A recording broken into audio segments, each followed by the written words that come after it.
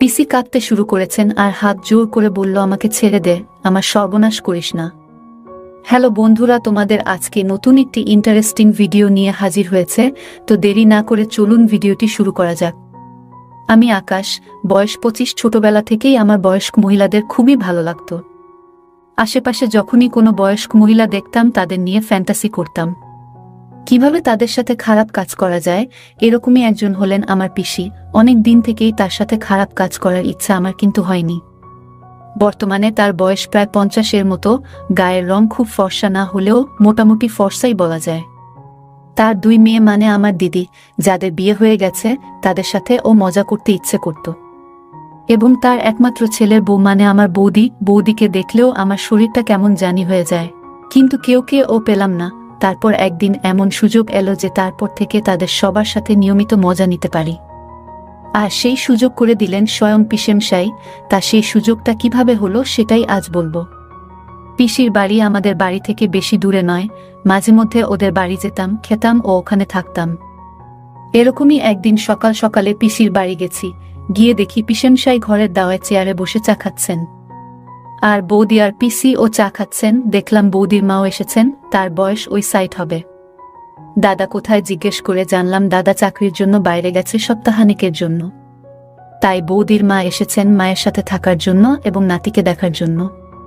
আমাকেও চা দিল। আমি পিসেমশাইয়ের পাশে গিয়ে চা খেতে খেতে পিসেমশাই এর সাথে টুকটাক কথা বলতে লাগলাম। কিছুক্ষণ পরে লক্ষ্য করলাম পিসেমশাই এক দৃষ্টিতে কি যেন দেখছেন। আমি তাকিয়ে দেখি ওনার চোখ যাতে আটকে আছে, সেটা আর কিছুই না, বৌদির মায়ের উপরে। বৌদির গায়ের রং ফর্সা, একটু রোগা, তবে ছেলে হবার পরে আগের থেকে আরও সুন্দরী হয়ে উঠেছে। আমি একবার বৌদির মায়ের দিকে তাকালাম আর একবার পিসেমশাইকে লক্ষ্য করতে থাকলাম। চা খাওয়া হয়ে গেলে বৌদি আর তার মা পোশাক পাল্টে ছেলেকে নিয়ে বাইরে কি একটা কাজে চলে গেল। পিসি রান্নার আয়োজন করতে লাগলো আর পিসেমশাইকে বললাম। পিসেমশাই তখন এক দৃষ্টিতে কি দেখছিলেন। পিসেমশাই অবাক হবার ভান করে বলল, কখন? আমি বললাম চা খাওয়ার সময়। পিসেমশাই বলল, কই কিছু না তো। আমি বললাম, আমি দেখেছি। আপনি কি দেখছিলেন? পিসেমশাই লজ্জিত হয়ে বললেন, আসলে। আমি বললাম, আসলে আপনার মন বৌদির মায়ের উপর গেছে, তাই তো। আর এতে লজ্জার কি আছে, ভালোই জিনিস। পিসেমশাই বলল, সত্যিই দারুণ মাল। তবে ও একা নয়, আমার বৌমাটিও খাসা। সেদিন স্নান করে ঘরে ঢোকার সময় ভিজে কাপড়ে দেখেছিলাম। আমি বললাম, সে তো আপনার বৌমা। আপনি বললে আপনার বৌমা তো রাজি হয়ে যাবে, এখন তো দাদাও নেই। পিসেমশাই বলল, সেটা কিভাবে হবে? তুই জানিস না, ও নিজে থেকে দেবে না, আর ঘুমের ওষুধ খাইয়েও মজা নেই। আর তাছাড়া এখন তো ওর মাও ওর সাথেই ঘুমায়। আমি বললাম, তাহলে একসাথে দুজনের সাথে মজা নিন। পিসেমশাই বলল, সেটা কিভাবে হবে? আমি বললাম, আমি সাহায্য করতে পারি, তবে আমারও একটা শর্ত আছে। পিসেমশাই বলল, কি শর্ত? তুইও কি খেলতে চাস? আমি বললাম, হ্যাঁ। পিসেমশাই বলল, ঠিক আছে, কিন্তু কিভাবে করা যায় বলতো? আমি বললাম, নিজে থেকে যখন দেবে না বলছেন, আর ঘুমের ওষুধ খাইয়েও করবেন না, তখন তো রেপ ছাড়া উপায় নেই। একসাথে আমরা দুজনের সাথে মজা করব। পিসেমশাই বলল, আর তোর পিসি আর নাতি? আমি বললাম, পিসিকে ম্যানেজ করতে হবে। আর আপনার নাতি তো খুবই ছোট, ও আবার সমস্যা নাকি? পিসেমশাই বলল, ঠিক আছে, কিন্তু কবে? আমি বললাম, কালকে। পিসেমশাই বলল, ঠিক আছে। আমি ঘাড় ঘুরিয়ে পিসিকে দেখালাম। পিসেমশাই বুঝলো, বলল, তোর পিসিও কিন্তু নিজে থেকে দেবে না। আমি বললাম, আপনি রাজি করান। পিসেমশাই বলল, দরকার নেই, ওই দেখ ভিতরের ঘরে গেল, যা গিয়ে তোর পিসিকে রেপ কর। আমি বললাম, সত্যি? পিসেমশাই বলল, হ্যাঁ, তুই আগে যা, তারপর আমি যাব। আমি হেসে উঠে ভিতরের ঘরে ঢুকলাম।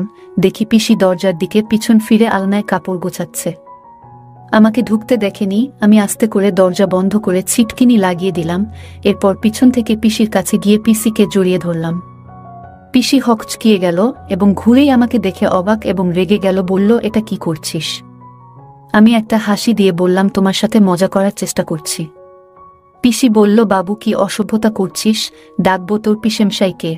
আমি বললাম, অসভ্যতা? পিসেমশাই এর থেকে পারমিশন নিয়ে এসেছি।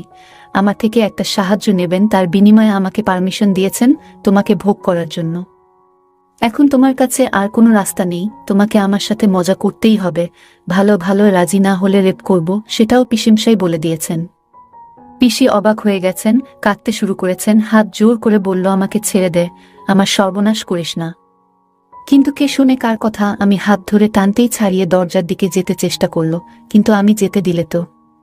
তারপর আমি আমার এত দিনের চাহিদা মিটালাম, কিছুক্ষণ পর চলে গেলাম। তারপর পিসেমশাই এর সাথে আগামীকালের প্ল্যান ঠিক করে বাড়ি এলাম। পরদিন সকাল হতে না হতেই ঘুম থেকে উঠে ব্রেকফাস্ট খেয়ে পিসির বাড়ি গেলাম। পিসেমশাই দেখে হেসে আমাকে আলাদা করে নিয়ে গিয়ে বলল, কিভাবে শুরু করবি? আমি বললাম, আগে পিসিকে বলুন নাতিকে নিয়ে বাজারের নাম করে ঘণ্টাখানিকের জন্য বাইরে যেতে। তারপর পিসেমশাই গিয়ে তাই করল। পিসি এক কথায় রাজি হয়ে গেল, বোধহয় গতকালের কথা ভেবে বাঁচতে চাইল। কিন্তু পিসি তো জানে না যে আজ আমাদের টার্গেট পিসি না, বৌদি আর তার মা। আমি পিসেমশাইকে বললাম, তুমি প্রথমে বৌদির মাকে নাও আর আমি বৌদিকে। পিসেমশাই বলল, ঠিক আছে। আমি বৌদির ঘরে গেলাম। বৌদি ও তার মা বসে গল্প করছে। আমি বৌদিকে বললাম, বৌদি তোমাকে পিসেমশাই ওই ঘরে ডাকছে। বৌদি তাড়াতাড়ি উঠে চলে গেল। এই সুযোগে পিসেমশাইকে বৌদির মার ঘরে ঢুকিয়ে দিলাম। মনে মনে বললাম, পিসেমশাই বৌদির মার সাথে মজা নিক, আমি যাই বৌদির কাছে।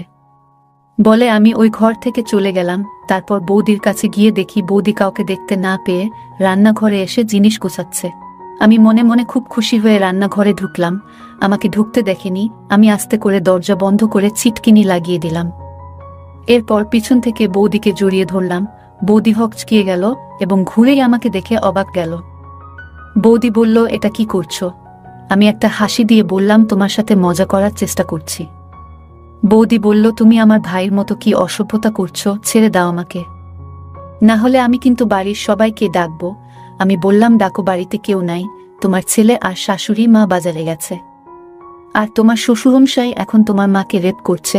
তাছাড়া আমি পিসেমশাই এর থেকে পারমিশন নিয়ে এসেছি। আমি পিসেমশাইকে তোমার মাকে দিয়েছি, তাই তার বিনিময়ে আমাকে পারমিশন দিয়েছেন তোমাকে ভোগ করার জন্য। এখন তোমার কাছে আর কোনো রাস্তা নেই, তোমাকে আমার সাথে মজা করতেই হবে। ভালো ভালো রাজি না হলে রেপ করব, সেটাও পিসেমশাই বলে দিয়েছেন। বৌদি অবাক হয়ে গেছেন, কাঁদতে শুরু করেছেন। হাত জোর করে বলল, আমাকে ছেড়ে দাও, আমার এত বড় ক্ষতি করো না।